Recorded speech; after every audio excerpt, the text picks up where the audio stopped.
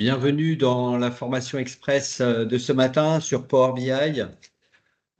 Donc il est aujourd'hui, hein, oui, notre sujet c'est Power BI initiation en compagnie de Aziz, donc formateur certifié Microsoft.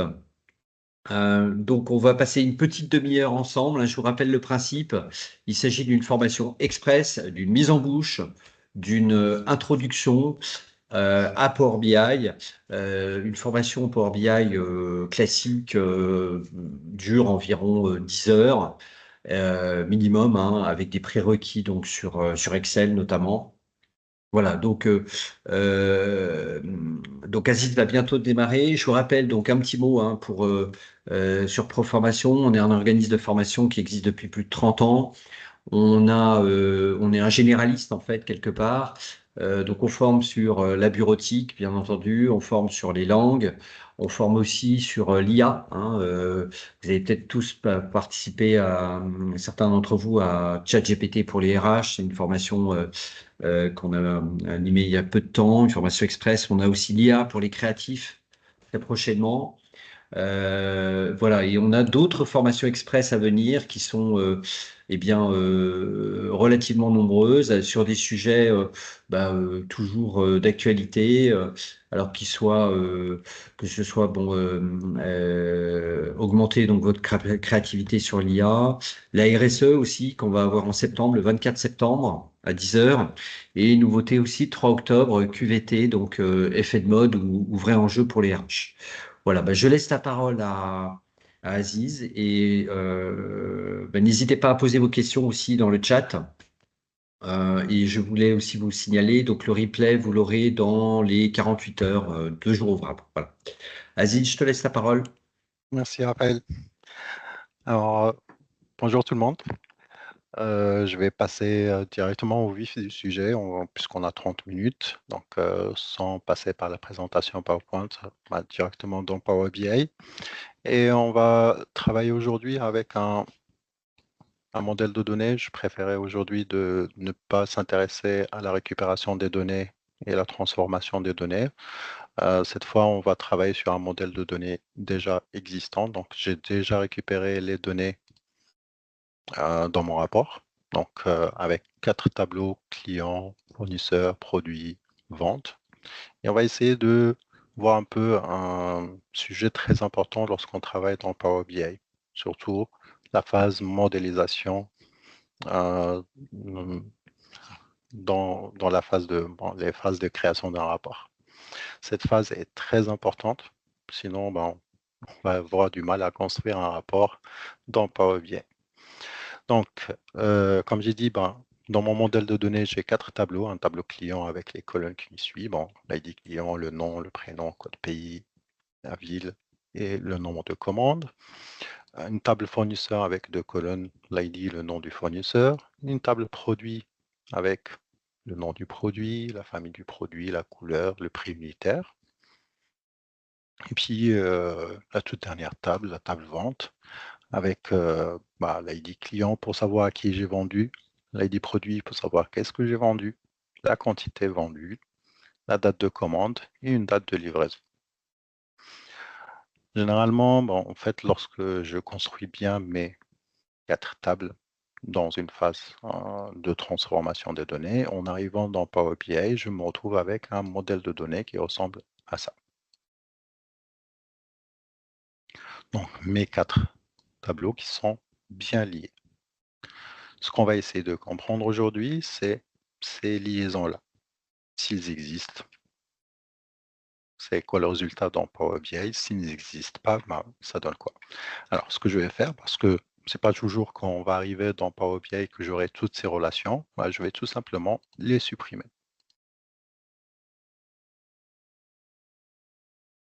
Donc, j'ai 4 tableaux qui ne sont pas liés. En arrivant dans Power BI, par exemple, je vais vouloir, dans la table vente, j'ai mes quantités. Et dans la table client, j'ai les pays. Donc, pour créer des visuels dans mon rapport, ça peut être via la liste des visualisations qui sont dans le volet visualisation ou tout simplement en cochant un des champs qui sont là. Je vais commencer par cocher pays, par exemple. automatiquement, lui, il a essayé de créer ce qu'on appelle une carte. Donc, il nous dit, en fait, la carte est désactivée par mon administrateur. Donc, je trouve que c'est bizarre. Alors, normalement, c'est désactivé par défaut dans Power BI. On peut aller dans sécurité, voir s'il est activé. Bon, c'est activé, c'est désactivé chez moi. Donc, je vais essayer de choisir un autre type de visuel. Par exemple, je vais prendre un histogramme groupé. Et à partir de là, je souhaite analyser en fait les quantités vendues par pays. Je vais cocher. Sauf que je me retrouve avec un graphique. Vous voyez un peu les barres, j'ai toujours la même valeur. Alors, généralement, lorsqu'on veut faire des tests dans Power BI, on va essayer de préférer d'utiliser le visuel table que d'autres graphiques. Donc, alors je vais changer le type de visuel. Tout ça, toujours en gardant le visuel sélectionné, je peux toujours le modifier. Et ce qu'on va remarquer, c'est que pour chaque pays, j'ai toujours la même valeur. Le principe, c'est tout simplement, actuellement Power BI n'arrive pas à filtrer les quantités vendues par pays. Et c'est tout à fait normal parce qu'il n'y a pas de lien entre les clients et les ventes. Donc, on va remettre notre relation. Pour créer une relation entre deux tables, c'est très simple. Il suffit d'avoir un identifiant dans la première table qu'on va retrouver dans la deuxième table.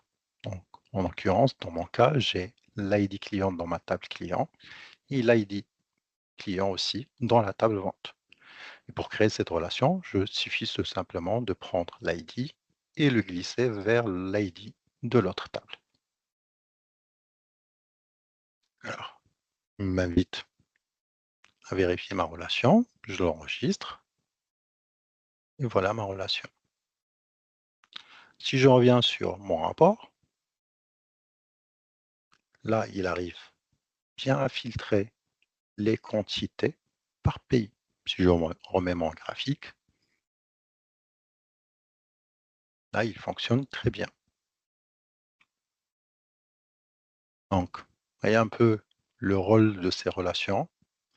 Donc, la partie la plus complexe, généralement pour les utilisateurs, lorsqu'ils travaillent avec leurs propres données, c'est tout simplement non pas d'ID dans les différentes tables. Généralement, pour faire ça, ça va être tout simplement la concaténation où on va aller rassembler plusieurs informations dans une colonne pour former une clé qui va identifier chaque ligne.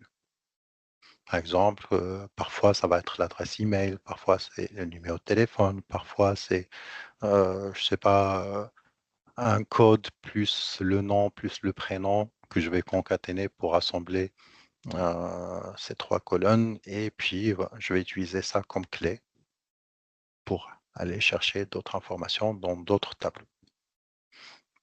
Voilà. Donc c'est pareil pour les autres tables en fait, si j'ai pas de relation, je ne peux pas utiliser les informations. Par exemple, je ne peux pas avoir, la quantité vendue par couleur. Ça revient au même. Donc je remets mes relations, c'est le même principe. Demande de vérifier, puis j'enregistre. Et pour produit à fournisseur, ça revient au même. J'enregistre comme ça, j'ai mes relations. Le principe aussi dans Power BI, c'est que lors du premier chargement des données, heu, une fois qu'on est connecté à une source de données, que ce soit Excel ou une base de données, lui, il est capable de détecter automatiquement les relations. Mais bon, aussi, ce n'est pas toujours le cas. Dans certaines situations, il ne va pas créer de relations, ça va être à nous de les créer automatiquement, de les créer manuellement. S'il ne détecte pas de relation automatiquement, c'est qu'il y a généralement un problème au niveau des données. Il va falloir revenir dans l'outil de transformation de données qui est Power Query pour réaliser les différentes transformations pour qu'on puisse créer les relations. Alors, lorsqu'on parle des relations aussi, on a ce qu'on appelle, on a un d'un côté client, et étoile côté vente. C'est ce qu'on appelle les cardinalités. Les cardinalités, il y en a plusieurs d'ailleurs, si je remarque au niveau des propriétés de ma relation, voilà la liste des cardinalités. soit un, plusieurs à un plusieurs ou plusieurs à plusieurs. Là, cette cardinalité, ça signifie quoi? C'est pas, si j'essaie de l'expliquer en une simple phrase, bah, tout simplement un client, parce que dans ma table client, chaque client est unique, il n'y a pas de doublon, et un client peut avoir une ou plusieurs ventes ou plusieurs commandes. Pareil pour les produits. Un produit peut être vendu une ou plusieurs fois. Deuxième chose que j'ai au niveau de ma relation, c'est cette petite flèche au milieu qui a un sens. Bon, en fait, la flèche, elle vient, le sens, c'est de client vers vente. Ça représente le sens du filtre. C'est comme dans mon visuel ici. Les quantités qui sont là, ils ont été filtrés par les pays qui sont dans client. Donc le filtre, il vient de client, il s'applique à quantité. C'est ça le sens de cette flèche. Si je reviens un petit peu sur mon rapport et je vais essayer cette fois de tester un filtre dans le sens inverse. Dans ma table client, j'ai le nombre de commandes, d'ailleurs que je vais devoir modifier parce que en comparant le nombre de commandes à quantité, j'ai pas le signe sigma. Donc il ne va pas calculer la somme, donc c'est ce que je vais essayer de rétablir. Ici, nombre de commandes, je vais choisir la somme. Et cette fois, je souhaite analyser en fait le nombre de commandes que j'ai dans la table client par mois que j'ai dans la table vente. Donc je vais cocher les mois. Donc j'ai un tableau avec les mois. Et ici, je coche nombre de commandes. J'ai le même problème que tout à l'heure avec les pays et ventes et quantité. Donc c'est comme si j'ai pas de relation. Pourtant, j'ai bien une relation entre vente et client. Tout simplement, c'est que la flèche m'indique que je ne peux pas appliquer un filtre à partir des dates, un nombre de commandes. C'est dans le sens inverse de ma flèche. Beaucoup d'utilisateurs qui commencent dans Power BI, ils vont aller découvrir des fonctionnalités, parfois via des vidéos et autres, et ils vont essayer de l'appliquer à leur rapport. Donc, parmi ces fonctionnalités, bah, il y en a qui vont se dire, bon, dans les propriétés de ma relation, j'ai appelle la direction du filtre croisé. Actuellement, elle est à le sens unique. Je vais aller voir dans une vidéo et on va découvrir comme quoi bah, je peux avoir cette direction du filtre à double sens. On va l'appliquer. Dès que je l'applique, bah, je vais m'apercevoir que maintenant le filtre il passe dans les deux sens. Ça implique quoi? Bah, on va revenir sur mon rapport et on va voir un peu ce que ça donne comme résultat. En arrivant ici, bah, tout simplement, je veux voir qu'il y a des chiffres. Et la question qui se pose tout le temps lorsqu'on travaille dans un rapport, est-ce que le résultat est bon? En observant, bah, je vais voir que le total ne correspond pas aux valeurs par mois. Alors, le nombre de commandes pour savoir si le total est bon, je vais aller tout simplement dans ma table, la vue données, et dans ma table vente, je vais m'apercevoir que le nombre de commandes, bah, il y en a 478 qui correspond au total. Ça veut dire que les valeurs par mois sont fausses tout simplement. Donc, il y a un certain nombre de fonctionnalités qui sont disponibles dans Power BI, mais il faut faire très très attention avec ces fonctionnalités. Donc, on ne va pas les utiliser comme on le souhaite et à n'importe quel moment. Donc, je vais devoir remettre un sens unique, appliquer. Maintenant, il faut trouver une solution. Je souhaite avoir le nombre de commandes par mois. Donc, généralement, l'erreur qui a été commise, c'est tout simplement d'avoir cette colonne-là dans cette table client.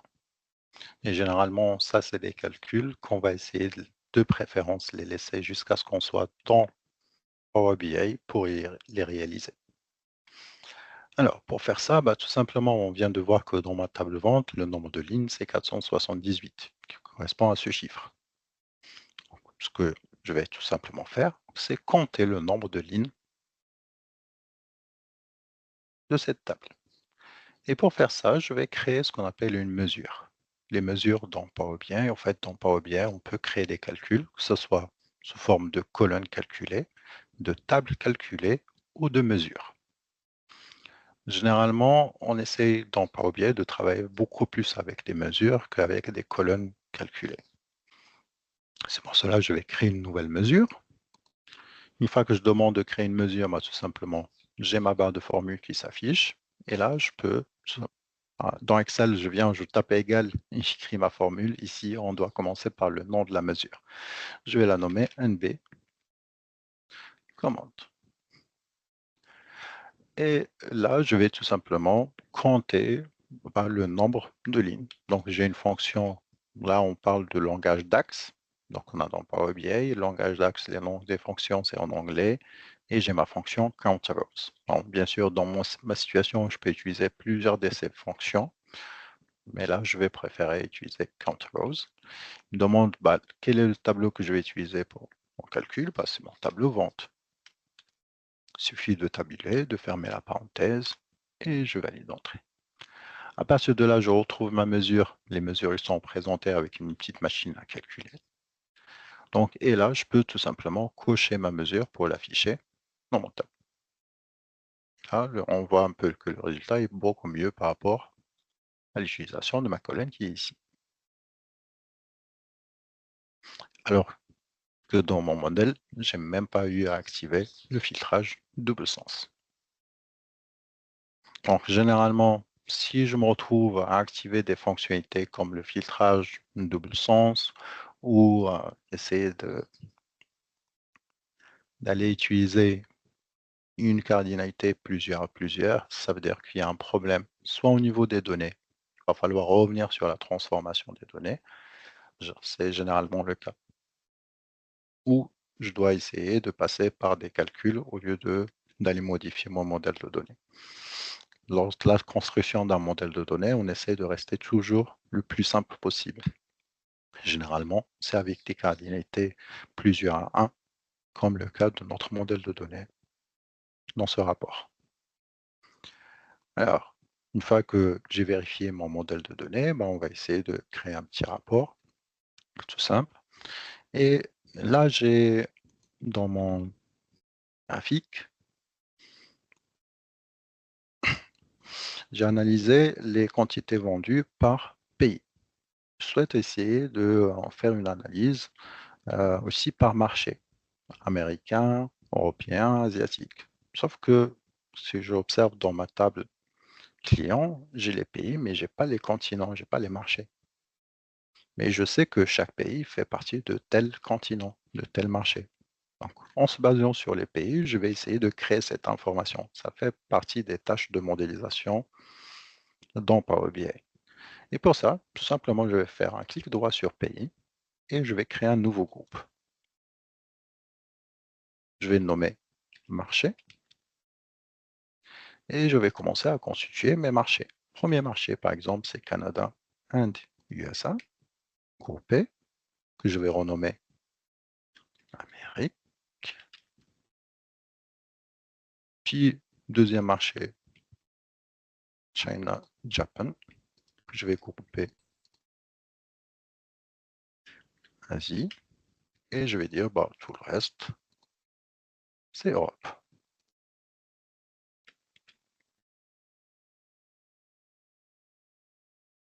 Puis je valide.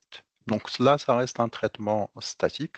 Ce qu'on vient de faire, je peux le faire de différentes façons. On peut le faire dans Power Query, je peux le faire dans Power BI en créant une colonne calculée avec des traitements conditionnels si c'est tel pays, ou en utilisant la fonction switch, ainsi de suite.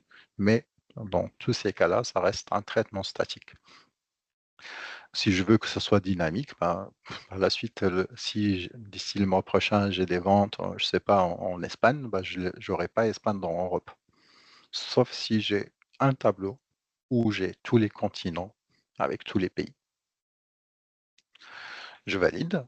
Et pour utiliser les marchés que je vais retrouver comme une colonne dans un tableau client, avec l'icône qui représente les groupes. Je vais essayer d'utiliser les marchés dans un visuel qui est très utilisé dans Power BI. C'est le visuel segment. Les segments, c'est ce qu'on retrouve ici. Et les segments, ils sont utilisés pour filtrer. C'est leur rôle. Donc, je vais tout simplement, après avoir inséré le segment, cocher marché. Et je vais retrouver un peu mes marchés ici. Et là, tout simplement, les segments, le rôle, comme j'ai dit, c'est de filtrer. Si je sélectionne Europe, ça va filtrer Asie, Amérique. Puisque les segments, c'est quelque chose de très utilisé, il va falloir savoir les paramétrer. Alors, mon segment, bah, il est arrivé avec, souvent, hein, avec un style liste. Ça veut dire que si je prends segment et que cette fois je mets, je sais pas, les couleurs, alors il y en a beaucoup. Et je ne peux pas m'amuser à prendre toute cet espace pour les couleurs. Excuse-moi. Généralement, dans un rapport, on manque très rapidement de place, hein, d'espace. Donc, au lieu de garder mon segment comme ça, je vais préférer le transformer en liste déroulante de choix. Donc, c'est dans la mise en forme du visuel, paramètres du segment. Au lieu de liste verticale, je vais choisir liste déroulante. Et comme ça, bah, je vais gagner tout cet espace. Et les segments, généralement, dans un rapport, il y en aura beaucoup.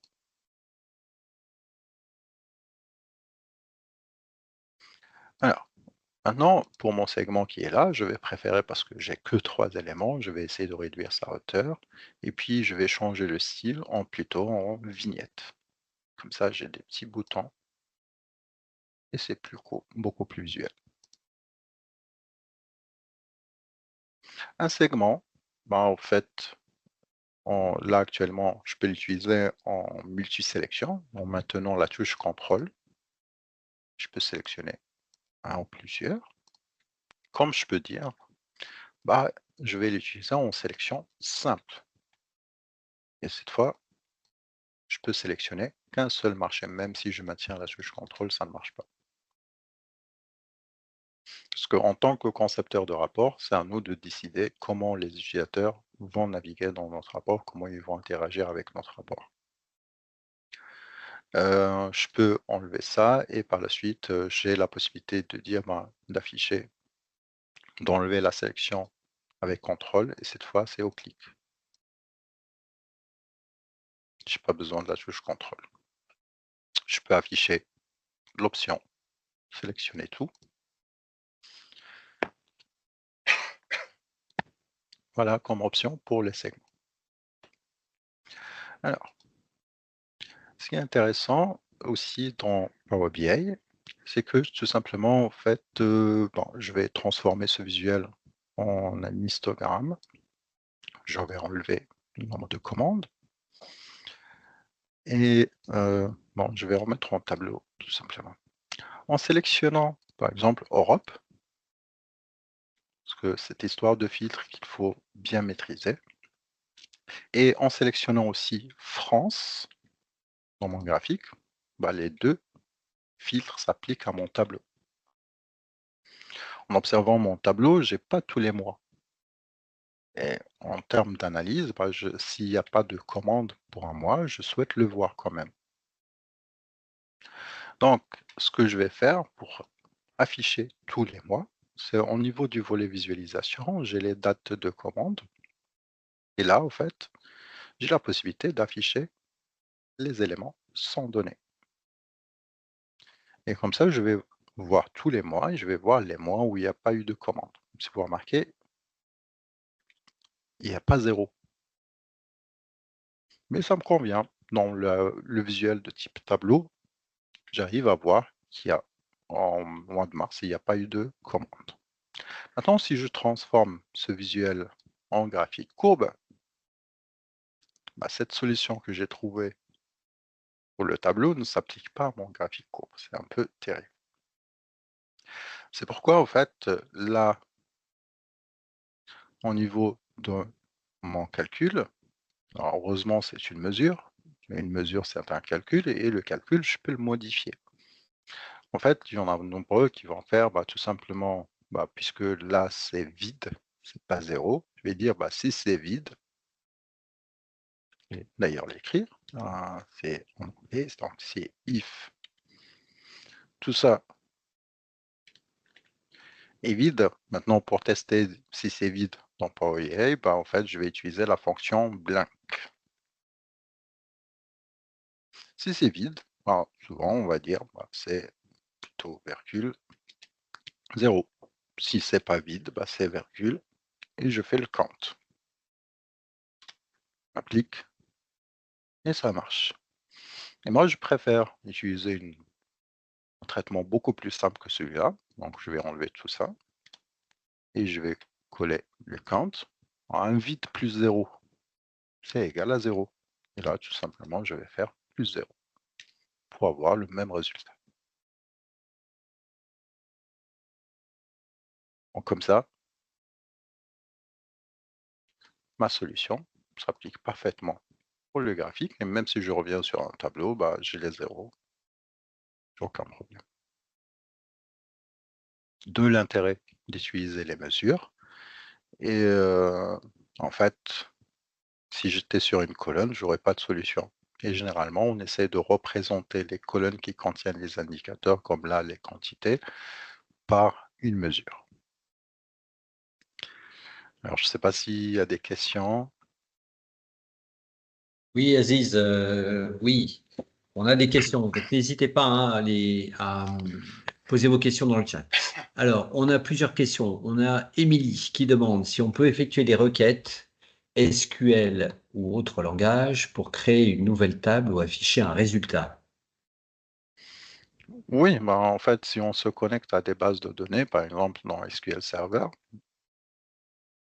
donc il suffit d'indiquer le nom du serveur, quelle base de données, mais bon, c'est facultatif. Mais par contre, si je vais écrire une requête SQL, oui, je dois me mettre la base de données, et puis j'ai la partie en bas où je peux rentrer mes requêtes SQL. Merci. Power BI est-il en capacité de supporter des bases de données volumineuses? Effectivement. D'ailleurs, si je reviens sur une base de données SQL Server, alors la particularité par rapport à des bases de données comme SQL Server, c'est que j'ai deux modes de connexion. Donc, j'ai le mode importé et le direct query. Là, dans mon modèle que j'ai utilisé pour cette démonstration, c'était des données qui viennent de Excel. D'ailleurs, on peut le voir ici. C'est des fichiers Excel. Et lorsque j'utilise des sources de données comme Excel, le mode par défaut, c'est importer. Je ne peux pas utiliser d'autres modes. Contraire des bases de données. Donc, les bases de données, importer direct query, ça veut dire quoi? Importer, c'est que je récupère toute la donnée et je la stocke dans mon modèle de données, ce qui est un peu problématique pour des sources de données qui sont volumineuses. Lorsqu'on parle de bases de données, on peut avoir des bases de données qui font, je ne sais pas, 60 gigas, 100 gigas, ainsi de suite. Donc, c'est énorme pour charger tout dans mon modèle de données. D'où l'intérêt du mode direct query. Le mode direct query, en fait, c'est des requêtes chaque visuel. Ça veut dire que ma courbe qui est là va envoyer une requête directement au serveur pour récupérer la donnée, les données dont ils ont besoin. Et on travaille généralement avec ça pour les sources de données on a des gros volumes. Ou aussi, souvent, ce qu'on fait, on travaille aussi avec ce qu'on appelle l'actualisation incrémentielle. L'actualisation incrémentielle, c'est quoi? En fait, c'est au lieu d'actualiser toute la donnée. Par exemple, je me connecte avec un tableau, je sais pas, vente ou je sais pas, j'ai 40 millions de lignes. Au lieu d'actualiser les 40 millions de lignes, avec l'actualisation incrémentielle, je vais dire que j'ai une partie des données qui ne bougent pas. C'est les 30 millions de lignes, ce sont des données archives, donc je n'ai pas besoin de les actualiser, ils sont archivés. Et puis, j'ai les données des 2 dernières semaines qui bougent régulièrement, je vais les actualiser à à à terme régulier et puis j'ai les données des 3 derniers jours où je dois avoir un accès direct aux données et là, je passe en direct query et tout se gère, en fait, au niveau de l'actualisation incrémentielle, ce qui va faciliter un peu la connexion à ces données, heu, on a énormément de volume. Oui, merci pour cette réponse claire et détaillée, Aziz. Peut-on enregistrer un rapport et le mettre à jour tous les mois sur les données du mois précédent? Peut-on? Alors, peut-on enregistrer un rapport et le mettre à jour tous les mois sur les données du mois précédent? Bah, ça dépend comment les données sont récupérées. Par exemple, on peut avoir différents cas de figure. Soit c'est une source de données, je vais dire prendre un fichier Excel, soit c'est un fichier Excel qui va venir chaque mois et écraser l'ancien avec les données du mois actuel et du mois précédent. Si ce n'est pas le cas et que c'est à chaque fois c'est un nouveau fichier qui vient s'ajouter avec les données du mois précédent, puis le mois en cours, puis le mois, ainsi de suite. Dans ce cas, on ne va pas utiliser le connecteur fichier Excel parce que les données ne vont pas provenir d'un seul fichier et je ne vais pas aller m'amuser à chaque fois, chaque mois, aller me connecter à un nouveau fichier. Parce que une fois que je crée mon rapport, le principe c'est d'automatiser tout le mécanisme. Du coup, on va préférer dans ce cas, si j'ai plusieurs fichiers qui vont s'ajouter au fur et à mesure, on va préférer d'utiliser le connecteur dossier qui va aller récupérer toutes les données de tous les fichiers qui sont dans un dossier bien spécifique. Et comme ça, Mhm. bah, il suffit tout simplement d'alimenter le dossier. Bien sûr, il y a pas mal de choses qu'il faut respecter en alimentant un peu le dossier en question. Très bien, merci Aziz. Dernière question.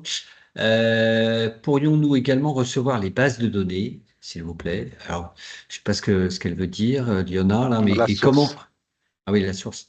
la Et source qui est comment actualise-t-on les données? alors l'actualisation, en fait, lorsqu'on là, c'est un rapport quand on est sur la phase conception du rapport, donc il y a un bouton actualiser, mais généralement, une fois qu'on crée notre rapport, on va le publier. On me demande de l'enregistrer et une fois qu'il est publié, en fait, il me demande de le publier où? Bah, je vais le publier dans un espace de travail. Donc là, en l'occurrence, c'est mon espace de travail. Une fois qu'il est publié, bah, par la suite, j'aurai la possibilité de déclencher l'actualisation manuellement ou de dire que je vais actualiser euh, chaque jour ou chaque semaine ou plusieurs fois par jour, ainsi de suite. Donc, et je retrouve mon rapport qui est publié, qui est là. Dans mon espace de travail, donc c'est le rapport qui est là, que je viens de le publier, donc c'est ça. Et j'ai un bouton actualiser, comme je peux aussi déclencher une actualisation planifiée. Ou passer par d'autres outils pour lancer une actualisation automatisée, si on le souhaite. Très bien. Merci Aziz. Ben, on va s'arrêter là, hein. Je vous rappelle le principe, hein, c'est un format court, c'est loin d'être une formation complète, vous l'avez compris, hein. Aziz me disait avant la formation, mais comment je vais faire en une demi-heure Power BI? C'est pas possible. Il a raison, mais l'idée, c'est on vous montre un avant-goût, un apéritif ou certaines fonctionnalités, certaines parties de l'outil.